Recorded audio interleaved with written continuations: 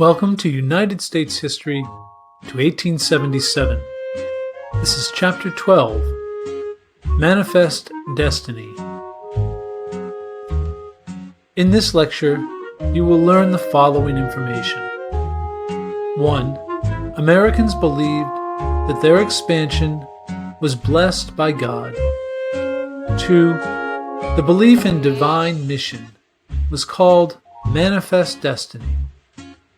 3. This belief was used to justify taking land and resources from other peoples. 4. As the nation expanded, so too did slavery. And 5. Expansion increases social, political, and economic tensions over slavery. It has been a long-standing belief in American history that there is a God-given mission for the United States to lead the world to a peaceful transition to democracy. John Lewis O'Sullivan, an American newspaper editor, wrote of this in his following quotation. Why were other reasoning wanting in favor of now elevating this question to the reception of Texas into the Union, out of the lower region of our past party dissensions, up to its proper level of a high and broad nationality? It surely is to be found abundantly, in the manner in which other nations have taken to intrude themselves into it. Between us and the proper parties to the case, in a spirit of hostile interference against us, for the avowed object of thwarting our policy and hampering our power, limiting our greatness, and checking the fulfillment of our manifest destiny to overspread the continent allotted by Providence for the free developing of our yearly multiplying millions.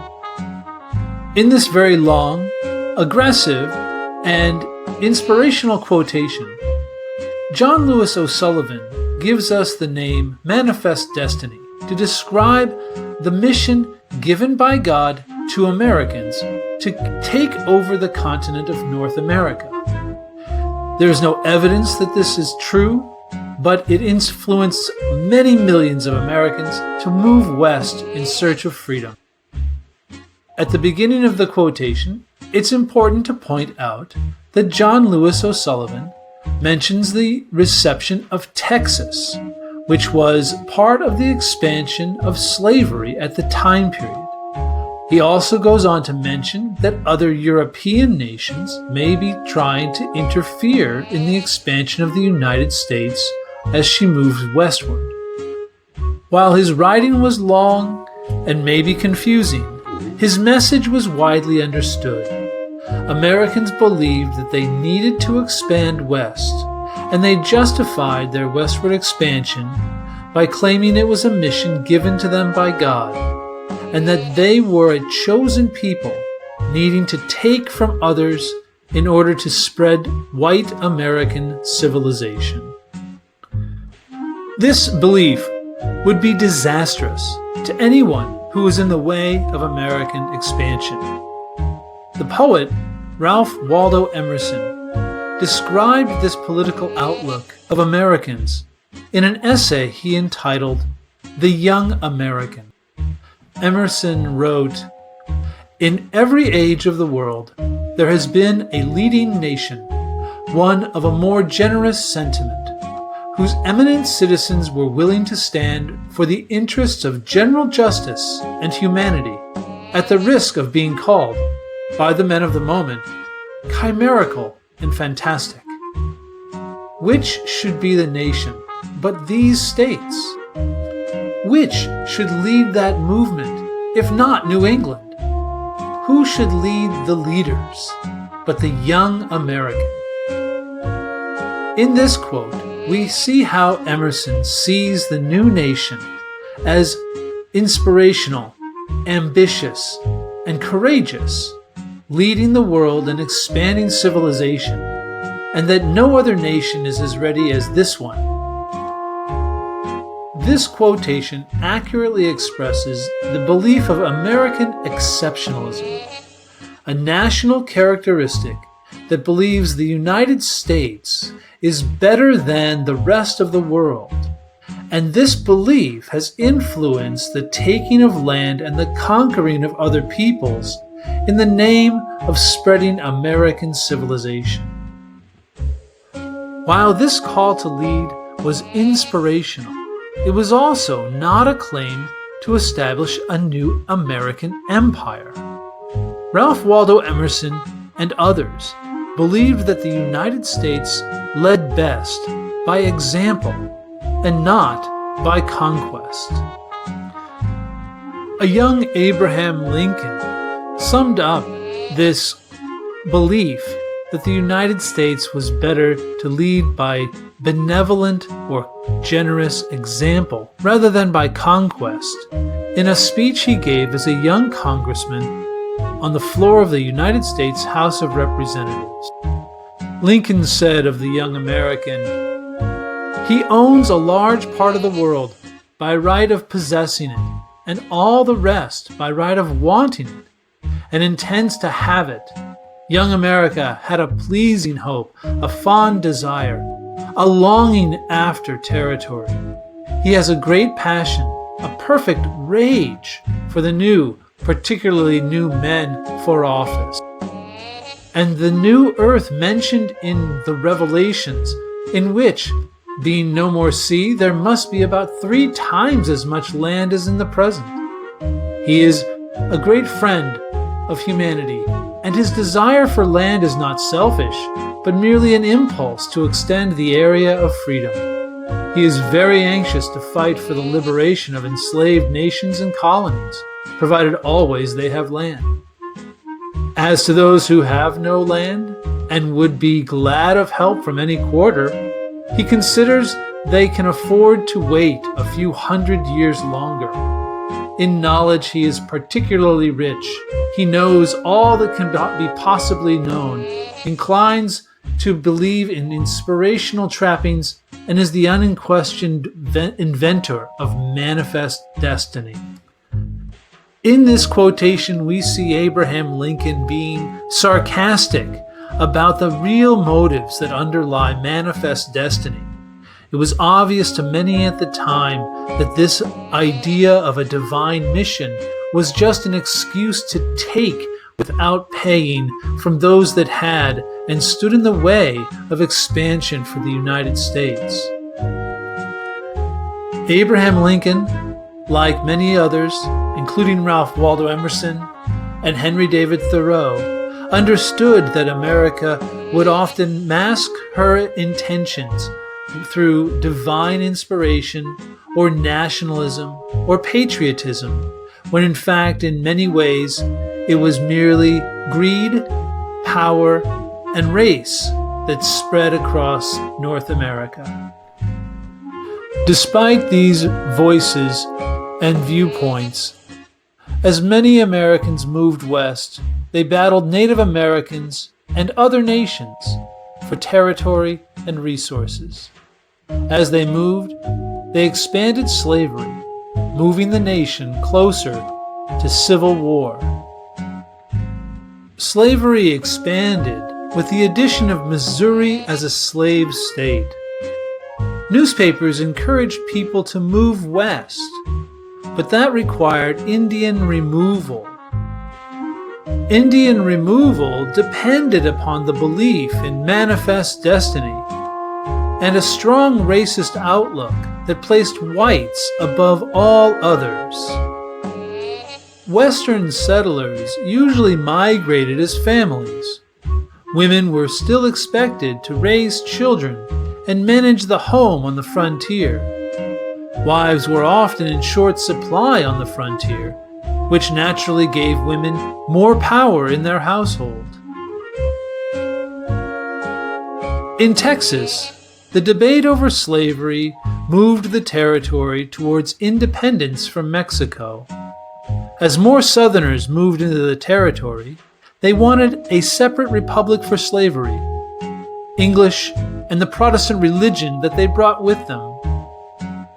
declaring the Republic of Texas in 1835, set off the Texas Revolution. Mexico and Texas fought to a stalemate.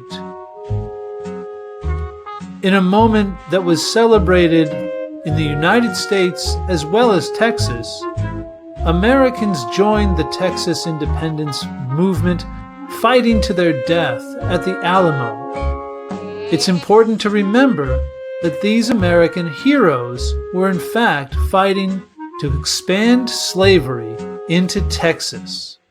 They were fighting for the freedom to own slaves. A new president took up residence in the White House. The Democrat James K. Polk had campaigned on the promise of westward expansion. Texas, Oregon, and California were all in his sights. Polk, as part of his promise, ordered the United States Army to cross into disputed territory between Texas and Mexico. When American troops were attacked by Mexican soldiers who were defending Mexican territory, President James K. Polk used this as a call for war. Polk knew that any vote against the war would be seen as a vote against supporting American troops. And he was right. And the war was based on a lie, but supported by Congress. In his request for a declaration of war, James K. Polk wrote that Mexico has passed the boundary of the United States, has invaded our territory, and has shed American blood on American soil. At the time, this was obviously a lie, and even the young Congressman Abraham Lincoln called for a resolution. Abraham Lincoln called for a resolution asking James K. Polk to show on the map the spot where American blood had been shed on American soil. Lincoln, like many others, knew that Polk had lied and that the Army had invaded Mexico, a country that had never attacked the United States. Unfortunately, this lie still moved the country towards war. By early 1846, the U.S. Army had invaded Mexico and seized control of the capital, Mexico City. The experience of the war saw widespread disease, civilian deaths, and desertions from the United States Army.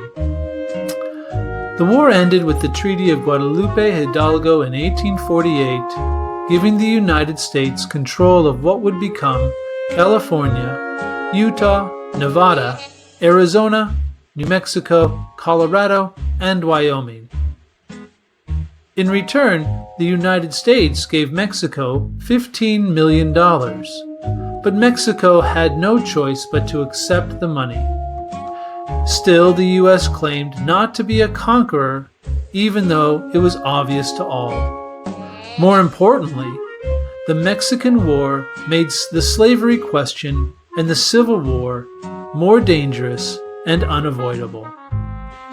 The excitement and opportunity of the West was the basis of Manifest Destiny, and when gold was discovered in California, it ignited a passion for thousands to seek their future and their fortune out west. Towns and cities grew rapidly as miners rounded Latin America in ships to dig for gold in the Sierra Nevada mountains in California.